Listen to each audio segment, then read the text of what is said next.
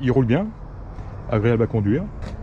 Et il a toute la puissance qu'on veut, hein. Le 5 litres fonctionne très très bien. J'ai noté un souci. Salut en passant. J'ai noté un souci.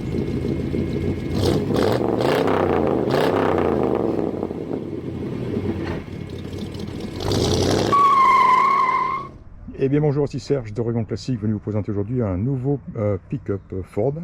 C'est un F-150 XLT en version 4x4, une boîte automatique et un moteur V8 de 5 litres. Voilà donc un modèle qu'on vient de me proposer, dont j'ai fait l'inspection, dont j'ai fait un tour de conduite aussi.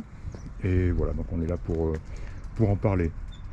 Sympa dans l'ensemble, il a une bonne bouille, belle présentation, il est très sain. Aucune présence de rouille, que ce soit sur la carrosserie ou en dessous. Vraiment très beau, très sain. La peinture, elle a l'air jolie comme ça. Il a un très bon look. Quand on regarde de près, on voit que c'est une peinture de qualité moyenne, on va dire. Le vendeur me dit qu'il a été repeint, la partie dorée, hein, centrale, a été repeinte, ce qui est assez c'est évident. Non, même pas. Ça pourrait paraître comme une peinture un petit peu passée, mais elle n'est pas très brillante. On voit que ça a probablement été fait, je vais dire par un amateur. Je serais peut-être un peu dur sur le mot. Non, c'est décent, c'est moyen, c'est du 6 sur 10 on va dire, hein, mais c'est pas vilain du tout, hein. Et c'est pas comme s'il y avait des tonnes de coulures, ce genre de choses. Non, on voit des zones qui sont un peu plus ternes que d'autres. Peut-être une légère peau d'orange. Voilà, c'est vraiment pas choquant pour un truck, hein, pour un pick-up, hein. Voilà, 6 sur 10, hein, je pense que c'est bien, c'est ce qu'il vaut. Un tout petit coup ici, là. Voilà. Bon, j'en ai pris des photos, on devrait bien la voir, hein, la qualité de cette peinture. Le blanc est pas mal dans son ensemble. Pas mal du tout. Au toucher, c'est pas super lisse. Alors on se demande aussi si c'est... Non, de toute façon c'est pas d'origine non plus. Non, de toute façon ils ont repeint ils ont tout repeint. Ils ont repeint le blanc aussi. On le voit facilement ici d'ailleurs, hein. Et voilà, quand je dis que c'est une peinture qui vaut 6 sur 10, ben voilà pourquoi on comprend maintenant, hein. Ils ont scotché tous les joints. Ici aussi, on voit que le joint a été légèrement peint. Voilà, c'est ce genre de peinture, on va dire, quoi, hein. C'est pas du haut de gamme, c'est pas... je pense pas que ça a été fait par un professionnel, on va dire, hein. Même ces joints là, on voit de la peinture ici. Ces joints qu'il faut remplacer d'ailleurs parce qu'ils sont tout, ils sont durs, hein. Donc ça c'est facile à trouver, à remplacer. Mais bon, ils indiquent que voilà, ils étaient encore sur la voiture quand elle a été repeinte. Je prends même si non, peut-être pas, ils ont quand même enlevé le rétro. C'est peut-être le support du rétro qui restait en place ici, un petit peu de peinture.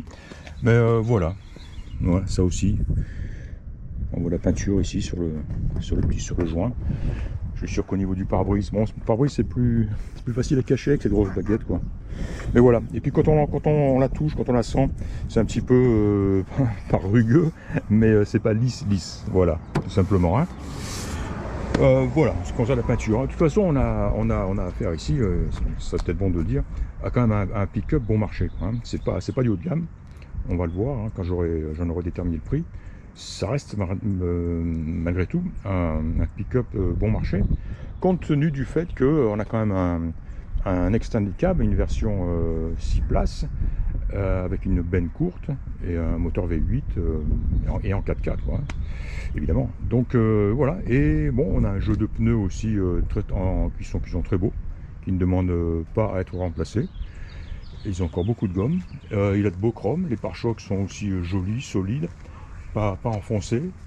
Et ouais, et surtout, il a... Tiens, ça c'est une maladie aussi sur les F-150. Il suffit simplement de remplacer cette pièce-là, qui est très facile à faire, et qui généralement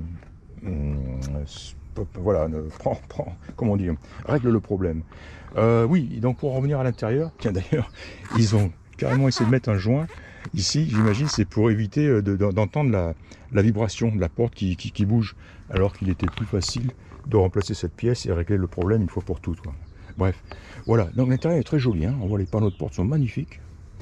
Bon, il a été abondamment passé aux produits nettoyants et brillants, là.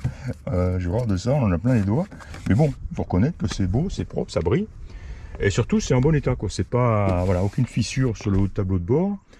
Il a une très belle sellerie, très très belle, hein.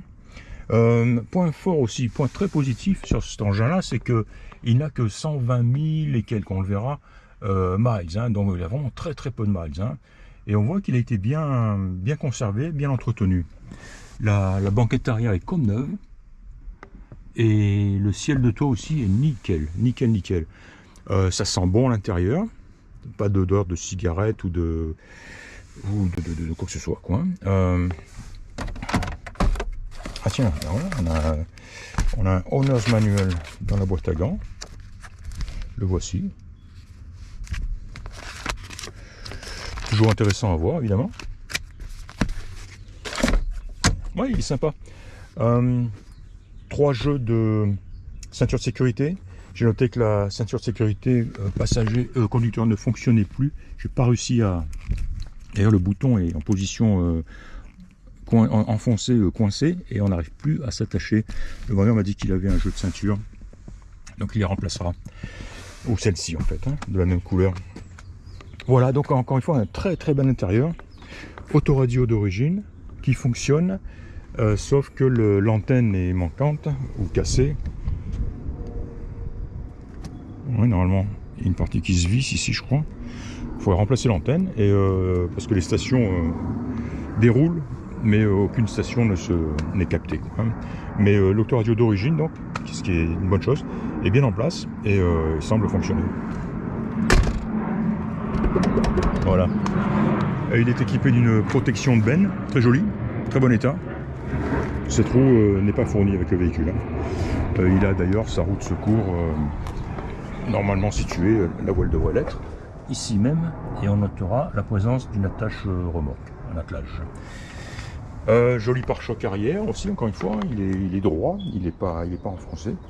Les pneus, les feux sont bons. Ils sont pas mal ceux-là. J'ai vu pire au niveau opacité, hein. Non, ils sont encore bons. À l'avant, peut-être un peu plus passé, hein, comme d'habitude, les optiques, hein, les phares. Ouais, évidemment, quoi, hein. Ils le sont toujours, hein. Je le dis tout le temps, hein. Ça coûte 3 fois rien sur Amazon et je les ai en 24 heures avec Prime. Ceux-ci sont en bon état, ceux-ci aussi. Donc voilà. On a un joli compartiment moteur. Bon, il a été, à toute évidence, nettoyé. Puis là aussi, hein, présence de le produit dont il raffole. Mais bon, il est propre, belle présentation. Il est équipé de la clim qui fonctionne. Il faut le signaler aussi. C'est une très bonne chose. Et ce moteur est un 5 litres. Je ne sais pas si je l'ai précisé. C'est la version 5 litres. 5 litres, F-Série, Bronco, etc. On voit que la courroie, qu'on appelle ça, de distribution a été remplacée, j'imagine, à 60 915. Donc il aurait fait à peu près la même distance depuis son remplacement. Voilà. La batterie est flemmarde, pourtant elle est de 2024, c'est bizarre. Il m'a dit qu'il allait la remplacer. C'était plus simple plutôt que la recharger, je ne sais pas trop pourquoi, mais bon. Batterie neuve, pourquoi pas, tant mieux. Alors, il roule bien, agréable à conduire. Il a toute la puissance qu'on veut, hein. Le 5 litres fonctionne très très bien. J'ai noté un souci. Salut en passant. J'ai noté un souci.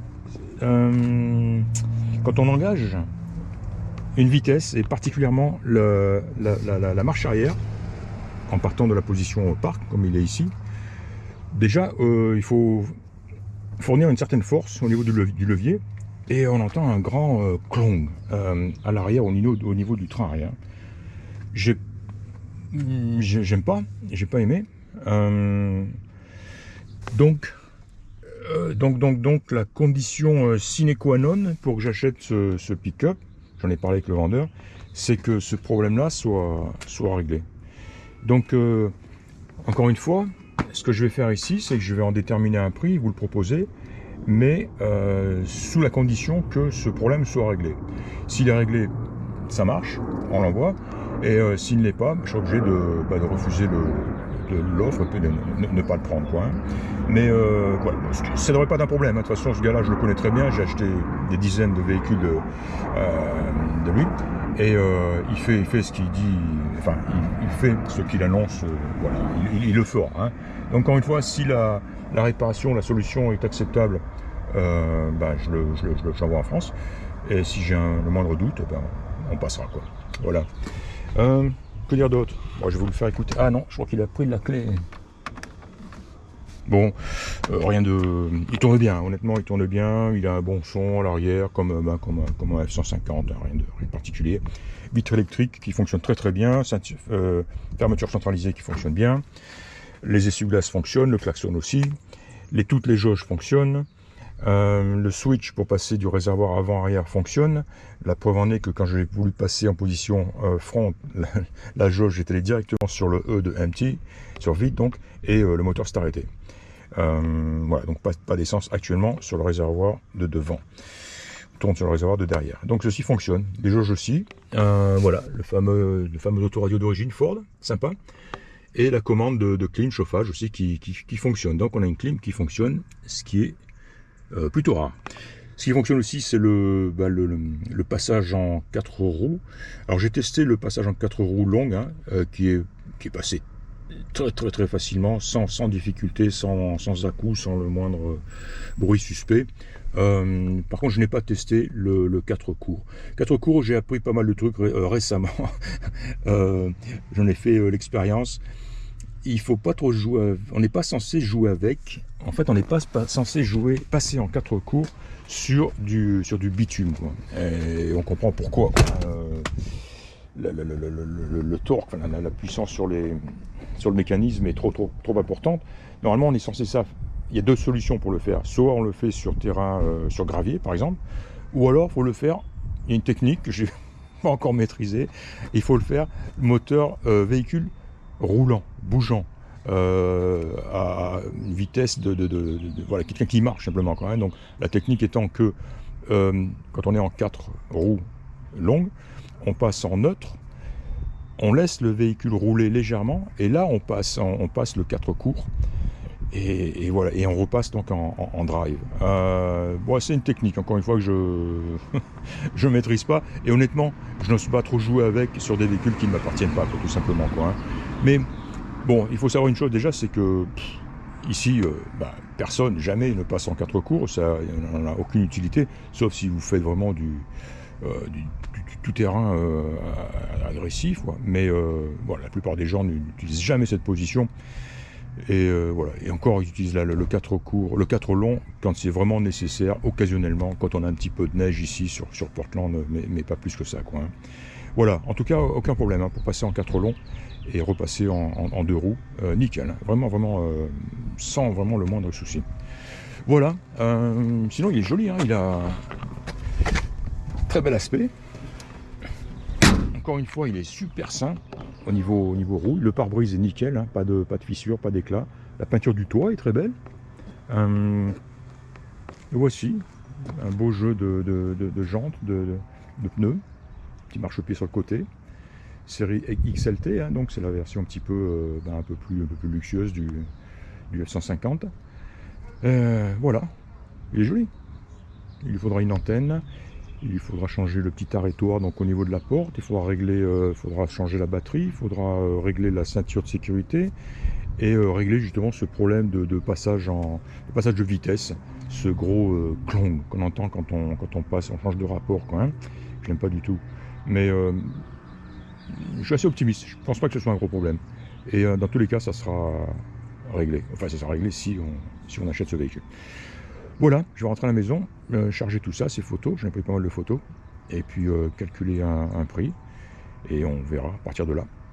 C'était donc Serge d'Orion Classique, je vous remercie de m'avoir écouté, et je vous dis à très bientôt. Au revoir.